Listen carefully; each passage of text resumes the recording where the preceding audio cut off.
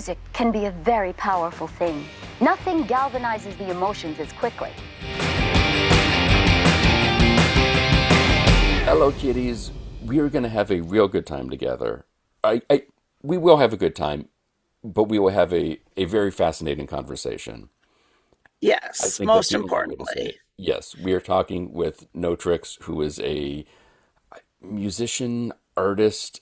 I feel like it's hard to put all of her work under one heading and not do a disservice to what she's doing. Yeah, because she's doing a lot. And Yes, with which you'll hear from her, but with the spirit and well being of humanity in mind. yes, and an openness and an honesty about her own journey, which is Right. fascinating and admirable and is really, really wonderful. Yeah. It's don't shy away from it if it sounds intense because Right. it's a great conversation. But before we get to that, one quick stupid thing to note. Because we always have to balance because we're Libras. Bob Dylan is on Patreon. Yes, I hear this.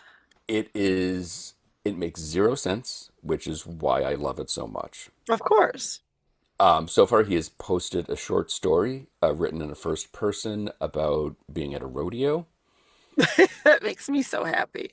And then there are two pieces that I believe done by AI. That's what it sounds like. At least Okay. spoken by AI. One from, I believe it's Wild Bill Hickok, and one from Aaron Burr. They Okay. are an hour plus monologue, Wow. and no one can figure out if Dylan himself wrote this or if he had AI write this and this is his art form now. Have you listened to them all? Not all the way through, Okay. What do but you just think? Do you think he wrote them or do you think I AI think wrote he them? I think he wrote them, and if he didn't, I think he put enough prompts into AI where there is some sort of authorship. I can't see someone like Right. him just being like, "No, let someone else write this." No, I could see him writing it and then just having AI read it Right. just to mess I with everybody. exactly. But if now the art is not even, is this a Warhol? I don't know what he's doing. It's amazing. It's as Right. good as his Victoria's Secret commercial back in the day. Amazing. Yes, that was So, fantastic. He's going to be uh, here later this week. you are so lucky. I Um, know, but I can't go. I know it's always the problem. And it was like the best venue too. The tapes are going to be great. The tapes I've heard from this tour, by which I mean every night of this tour, are sound Yeah. amazing. So, Yeah. if Bob is coming through your neck of the woods, go go 1,000 times. Yes, agreed.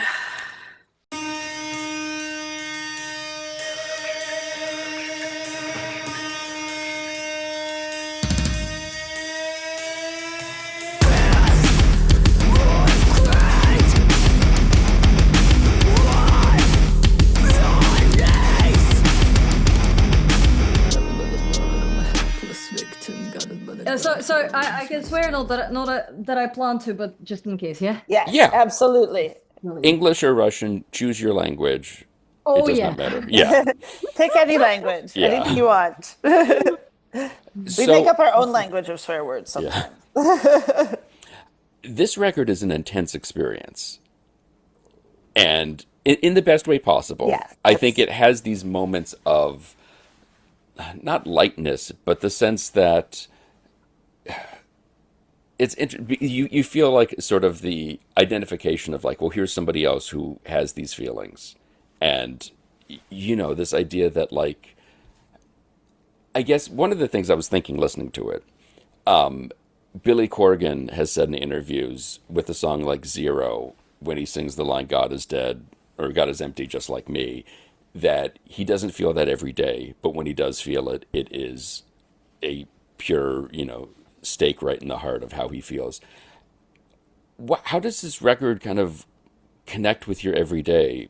Because it's a lot of emotion in there. Well, I can definitely say I'm a very sensitive human being. However, I try to escape my usual mindset and talk to myself and try to be a bit different to the range of emotions that I have been given. I still can't always control the way I am. And the way I am and the way I was formed is, I would describe it as a broken and very sensitive individual. That has its pros and cons. Among the pros is that I am able to feel things that a lot of people wouldn't be able to. That's what basically makes me an activist as well, both on the political and on the mental health front, because I feel things more intensely and I feel other people's feelings. I feel the injustice. I feel the things that the things that other people would just see and experience. To me, they're three times as intense sometimes, I guess. But also, I have been gifted with this very odd sense of worthlessness. Is just I've compared notes to a few of my friends and therapists, and each time I end up in those conversations as being the darkest one, just because of how of my life experience, or maybe just the way I was born. Like everyone is different, right?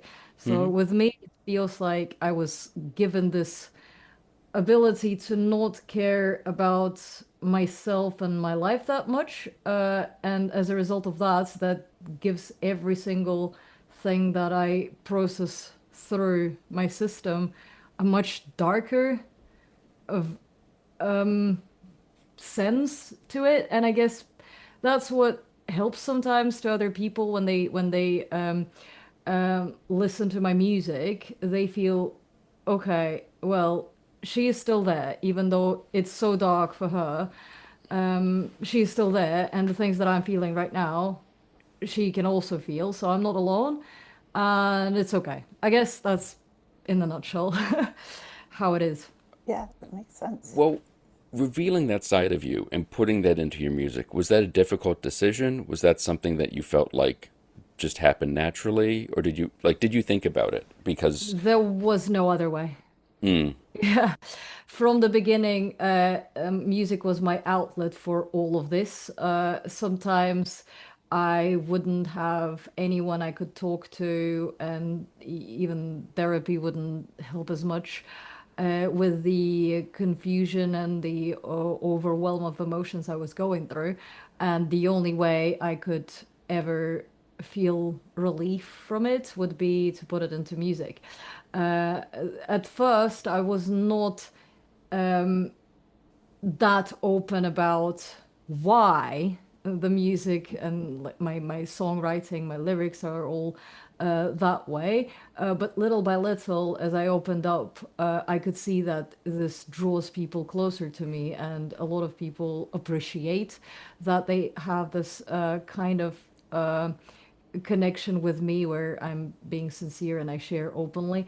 And I just realized that that's the way to go. It's that gives everything a much bigger meaning. Well, it's interesting because the music is so intense, and you can feel like all those feelings coming out there. And I've not gone through anything like you've gone through at all. Don't even pretend to compare it, but have had many dark lights in my life too.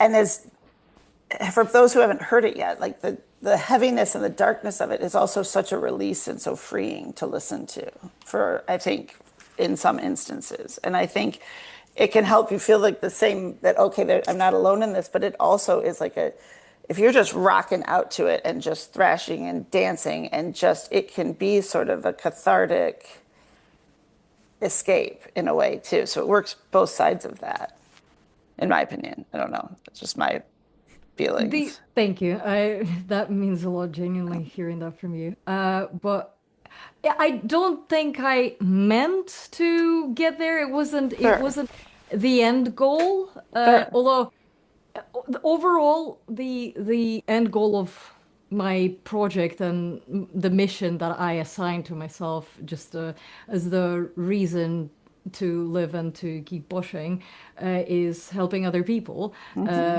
So, of course, I aspire to have that effect with my music. But when I write music, it's not exactly where I'm going with. I'm just trying to share what I feel in the most candid way possible. Sure. And if I end up with something that feels that way, obviously that is an amazing feeling. It just feels like I've done my job right. And, always that's one of the things that we can all really, really cherish. So, When you listen to the record, what does it feel like to you? Does it feel like a catharsis and I've been able to, in some form, express how I've been feeling? Or is it what is that reaction?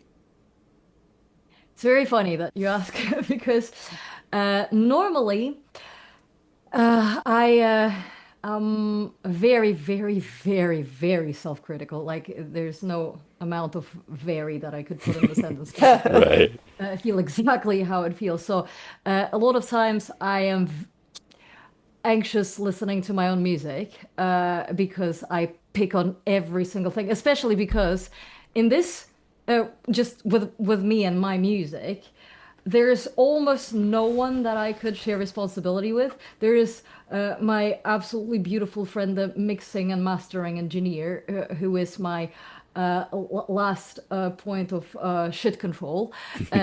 He makes sure that I don't make any mistakes there. But still, all the music is entirely produced and written by me. So if I make there are songs where I literally made mistakes in pronunciation or used the wrong words than what I initially wrote. Things like that. There's so many things that happen, and then I listen up. Oh my God. Or with production also. I'm like, I could have done this better. I could have definitely made this sound better. Like a month later, I mean, I am such a perfectionist that I do spend months perfecting things until I've released them, which is also annoying. But I can always find something that I think I should could have done better. So I don't normally listen too much of my music. But with this very record, it just so happens that it's got three songs that I don't necessarily see as my creations, even though they are, but more like my confessions in a way, something that I made entirely for myself to lose myself in. Um, so they were a little bit different in process, and those ones I can actually listen to somehow. I can um, um, abstract myself from the like quality or whatever I've done there, and instead get lost in the music. And with those, yes, I actually can use them for my own you know self-therapy in a way. Those are the ones about depression, uh, about narcissism, and about schizophrenia.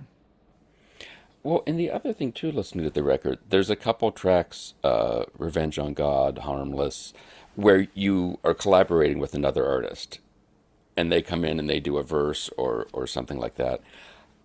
How is it for you as somebody who does have such a control on the music and the song and what you're trying to say with it to turn it over to somebody? And do you turn it over? Do you give them lyrics? I mean, it just seems like it's a big trust you're putting in your collaborators. Okay. Guilty. I am a control freak. It took me years to accept that's actually being a control freak. Even though a lot of times when I let go completely, and I just say, "You do what you need to do. I will not intervene." And a lot of times I am able to do that, and that's when I utterly respect people for their creativeness. So it just takes special, special people whom I actually 100% trust and whose creative talents I admire. Otherwise, yeah, I'm involved in the process at every single stage. Very sorry for that, very guilty, but it is what it is. Uh, Having said that, there's actually only two people who were involved in the creative process lyrically. Only one of them being a featured vocalist. That's FMA plus 12 gauge on Living Nightmares. And that was a very different story to every single other song. Whereas all the other songs, the featured artists that you see there, it's actually very, very unordinarily, uncommonly, that's instrumentalists. I lack the ability of playing any musical instruments, even though I did 7 years of piano school with classes of piano twice a week. I still can't play the instrument. I did guitar for like 6 months, still can't play a single instrument. That's because of my motor skills. Whereas it just makes me anxious, like anything that I have to do like with precision, I just can't do it. It kills the creative process for me. So I get guitarists and also one piano player involved in my tracks, and I credit them as featured artists because it's not just a way of crediting them and praising them for the help that they've given me, but also it's a way of once again establishing that everything else was done by me. I don't want to ever take anyone else's product as mine, so that everyone knows at every single point in time this is n0trixx, done by n0trixx. Everything else has been done by someone else. And those partially were instrumental lines produced by me, or at least there were like some outlines of what it should like sound like. Or sometimes, for instance, in Harmless, my very often, very frequent collaborator, Sharunas, he is so good at what he does. He writes really really heavy guitar riffs in I think it's drop D, but I'm no good at the guitars Sounds because like I'm it, I so think. yeah. Yeah, listening to it. With him, I always just leave everything to him creatively. He comes up with his own melodies and everything. And when he comes back, it's always just astonishing to hear, and I'm really excited each time. We've worked on 4 tracks together already so far, so he's got my full trust. But yeah, as for lyrics, so I had one collaborator who did French lyrics for me. I do speak French, but not as well as to create whole verses in that language, and but I did the vocals for it, and then FMA plus 12 gauge is also one of my longtime collaborators. We've worked also on 5 or 6 songs together at least. And they also taught me a lot about rap and writing very strong rap bars. So also was out of question that they are more than capable coming up with something that would fit the theme and the idea of the song.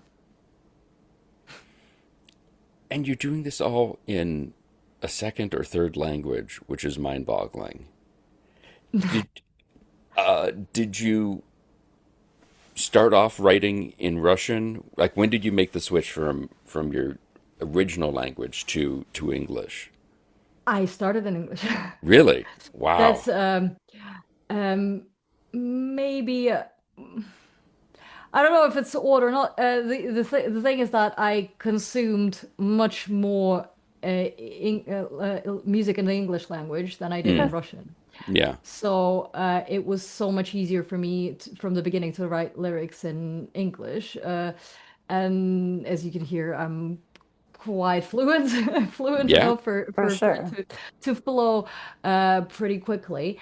And but that said, there are sometimes situations when music flows right through me and out of me, like some sort of um, revelation where I am not even, I don't feel like I'm taking part in the process. It just like comes out of me. And when I don't think, it's just coming straight from the subconscious. And that happened to me only with three songs, and two out of them three were in Russian. Well, only 3 songs. That's Right. it's pretty good. It's a Yeah. fair amount of Well, songs. I'd say, yeah, just most of the time it's like me, okay, I want to write about this and I'm writing about this. So even Narc, for instance, one of my, I feel one of my most sincere and powerful songs, I still had to write it. I still had to form my thoughts into words because I wanted to make it sound right and I wanted to deliver my thoughts in the most concise and punchy even way. Whereas one of the songs on the a catalog of Madness and Melancholia, Hysteria, is the song where I just blurted those things out, and they were all almost entirely in Russian. It was a flow of feelings. I was suicidal and very very depressed, and I had to get that out of my system, and it just got out of me in Russian, and that was it. It's amazing, like that you can, I don't know, you can just hear in talking to you, like how deep of an understanding you have of yourself and what you go through. Like to be able to get that out of you, whether it's otherworldly, just from your soul that it pours out. Most people don't have that ability to have that understanding, or even just when we were talking earlier about the just the self or the letting other people in and letting other people participate in it, whom you trust. Like even that, people don't always have that ability. Is that something you've known for years, or is that something that's come through years and years of just going through it? Thank you, first of all. I really appreciate the kind words. Um, well, I do believe that that's a product of many factors, of course, but uh, years of therapy, I do have quite a lot that I had to find ways of coping with. Sure. So that definitely contributed to my understanding of myself and the world around me. Um, and the second thing is, I think, is it's my inner dialogue or inner monologue being way too loud. I was astonished just not so long ago did I find out that some people not don't even have an inner monologue at all. It's just like they see their internal thoughts and kind of pictures rather than voices in their head. Whereas I happen to have more than one voice in my head, uh, and it's very loud. So, well, those two voices, it gets very loud in my head. So, the way to cope with it is to make sure to try to structure it in a way, make it make sense, and try to do something about it. Because if that inner voices, if those inner voices don't have an outlet, then it just gets very, very chaotic and very hard to bear. Now, one of the singles from this record, Revenge on God, was voted by Metal Hammer as one of the best songs of 2025, which is quite the accomplishment. Yeah. What is it like for you to see these songs and this record have that resonance with people, that people are responding to it, people are liking it, and they are connecting with what you're saying in this music? Well, I'm honestly very humbled. I never take anything for granted, especially given that every single thing that I achieve is a result of not just me working very hard and trying very hard to be better at what I do and making something meaningful, but also it's the trust of the people. It's all of those people who have believed in me and supported me. I am not the kind of person who can just take it very easily because I was raised in a very special way, like after years and years of narcissistic abuse. I can tell you, I find it hard to even believe that I'm worth something good. And so every single kind word that I receive my way is genuinely has a massive weight. And I do believe that it's not just me. There's also lots of people backing me, making this whole thing possible. It's not happening there just in the silence where I just created something and bam, it pops. It's me trying so hard and people who see me trying so hard and who see that I'm trying to do something meaningful, almost lifting me up and carrying me there.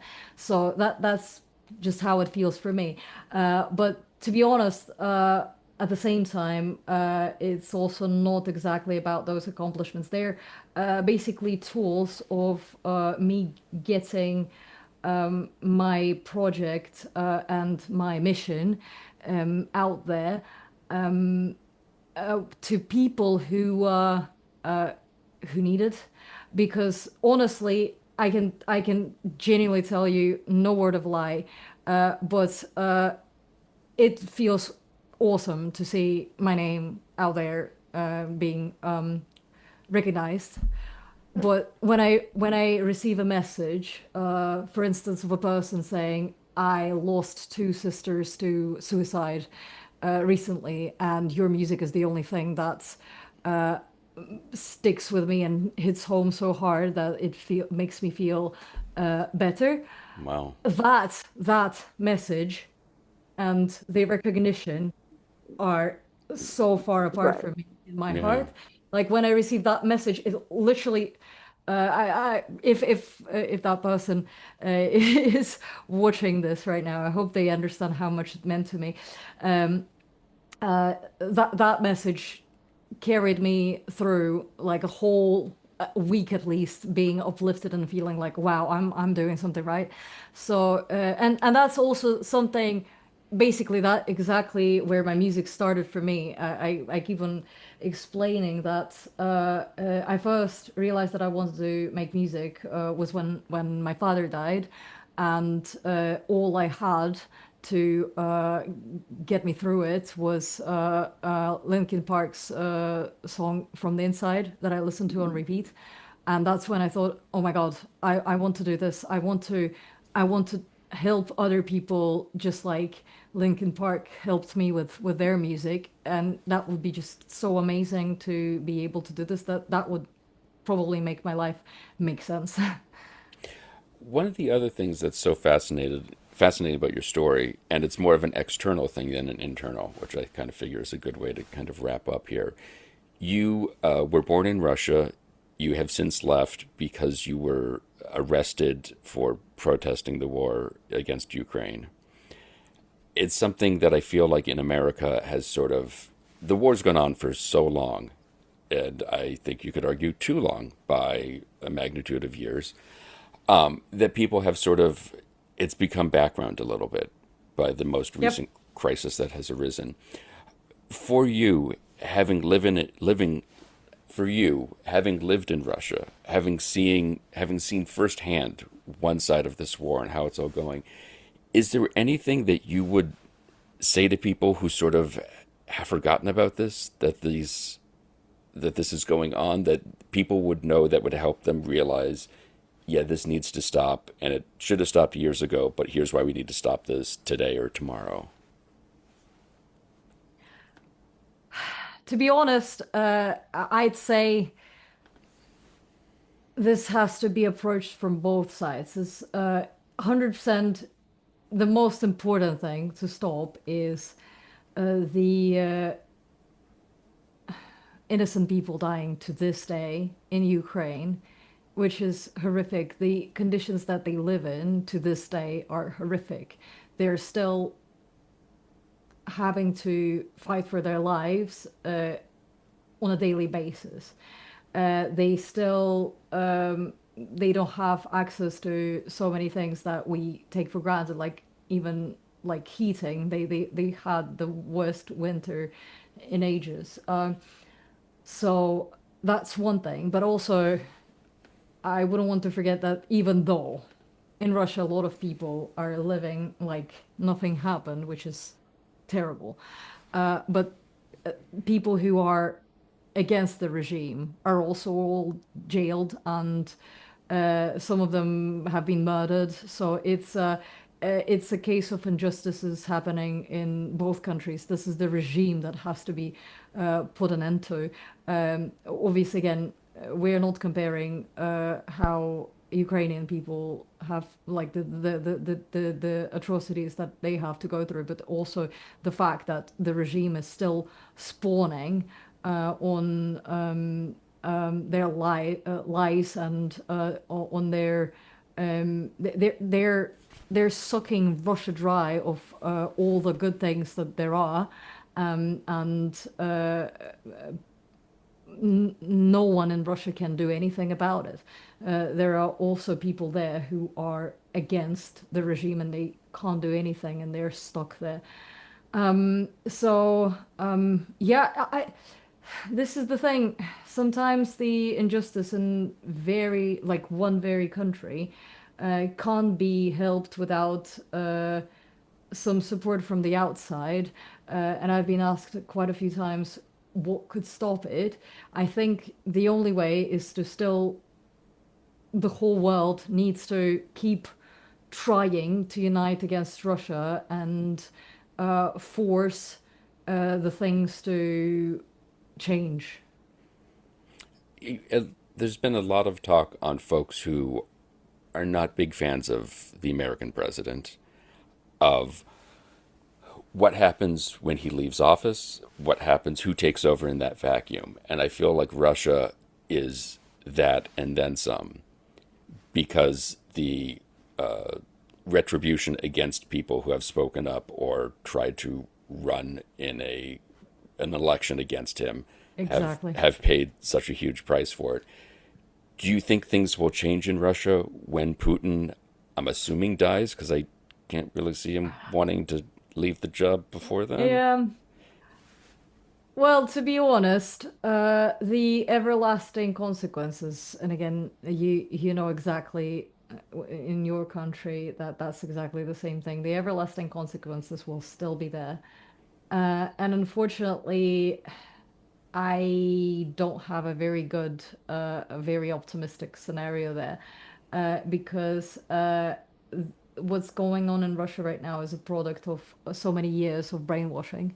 Hmm. There has literally been work done to make sure that Putin stays in power for as long as possible, using some of the less intellectual layers of the society to back him and believe that he is almost godlike, which Sounds I familiar. can see Yeah. happening in America as well. Yeah, Yeah. it is. That But that is also something I repeat from the Nazi Germany. It's like the same very thing. Right. You take some people who are not very intellectually capable and manipulate them into believing that this is it. This is the only way to end your frustration.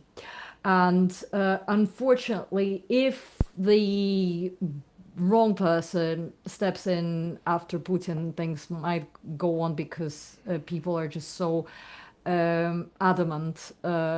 Like a lot of them. Again, what I'm saying is that they would be, well, maybe just a little bit more than half of the population at this point who support Putin. Just because so many people left Russia, or were jailed or were murdered because of their beliefs that this is wrong, and those over half of the population will still support the wrong people, I guess. So I'm not sure. It's like the only thing that I can resort to in my thoughts is the Nazi Germany, how it ended there. It did end for the better for the whole world and Germany.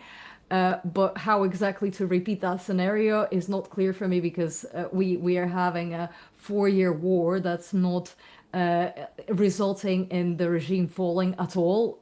Little by little, I see more and more frustration going on in my country, like from the coverage in the media, that people are starting to get very tired of what's going on, but it doesn't feel like it will result in the fall of the regime. So I